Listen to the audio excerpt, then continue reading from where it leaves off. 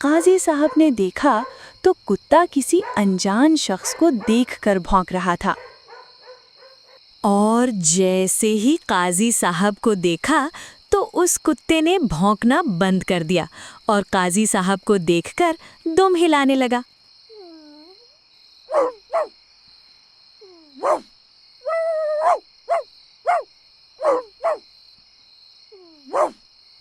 قاضی صاحب اپنے کمرے میں آئے، بستر پر لیٹ کر سو گئے۔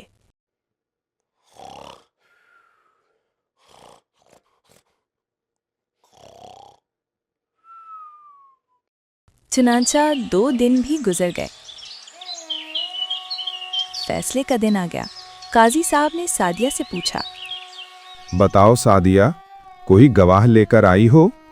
نہیں قاضی صاحب، جو گواہ تھے وہ تو چند پیسوں کے عوض اپنا ایمان بیچ چکے ہیں۔ اب تو اس دنیا میں ہر شخص ہی جھوٹا لگتا ہے۔ ان گواہوں سے بہتر تو وہ جانور ہیں جو ایک نوالے کے عوض بھی وفاداری کرتے ہیں۔ وفاداری کا نام سنتے ہی قاضی صاحب کو پچھلی رات کا واقعہ یاد آ گیا، جب ان کا کتا کسی انجان شخص کو دیکھ کر بھونک رہا تھا، اور جیسے ہی قاضی صاحب کو دیکھا تو اس کتے نے بھونکنا بند کر دیا اور قاضی صاحب کو دیکھ کر دم ہلانے لگا۔ قاضی صاحب نے کہا، بی بی، تمہارے گھر میں کوئی کتا ہے؟ جس پر سعدیہ نے کہا، جی قاضی صاحب، میں نے کتا پال رکھا ہے۔ جس پر قاضی صاحب نے اس کتے کو بلوانے کا حکم دیا۔ تو قاضی نے ایک عجیب و غریب فیصلہ سناتے ہوئے کہا کہ عامر کو سعدیہ کے گھر لے جاؤ۔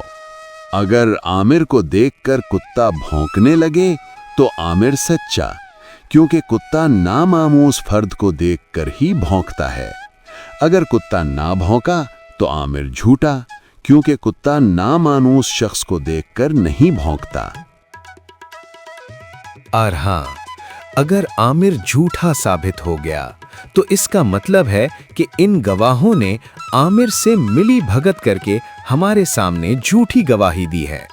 اس صورت میں عامر اور گواہان کو سخت سے سخت سزا دی جائے گی۔ یہ فیصلہ سننا تھا کہ عامر اور گواہوں کے چہروں پر ہوائیاں اڑنے لگیں اور بغلیں جھانکنے لگے، کیونکہ ان کی جھوٹی گواہی کا بھید کھل چکا تھا اور انہوں نے اپنے جھوٹے ہونے کا اقرار کر لیا، جس پر قاضی صاحب نے عامر کو حکم دیا، نکاح سے انکار کرنے اور جھوٹی گواہی پیش کرنے کے جرم میں وہ سعدیہ کو طے شدہ حق مہر کا 100 گنا ادا کرے گا، اور بچے کے خرچہ کی صورت میں بھاری رقم ادا کرے۔ اور گواہان کو حکم دیا جاتا ہے کہ جھوٹی گواہی دینے کے جرم میں ہر جانے کے طور پر اپنے خرچہ سے اس بی بی کو ایک مکان تعمیر کروا کر دیں، جو کہ اس بی بی کی ملکیت ہوگا۔ قاضی صاحب کا یہ فیصلہ سن کر عامر اور ان دونوں جھوٹے گواہوں کو انتہائی ندامت اور پچھتاوا ہوا۔ قاضی صاحب نے کہا کہ کبھی بھی کوئی بھی گواہی دینے سے پہلے سوچئے کہ آپ کے گواہ کے طور پر کہے گئے چند الفاظ کی کسی کی زندگی آباد کر سکتے ہیں یا پھر برباد کر سکتے ہیں۔ سچائی ہمیشہ بقا کا راستہ ہے۔ بدترین ہے وہ بستی جس کے کتے وہاں کے باسیوں سے زیادہ سچے ہیں۔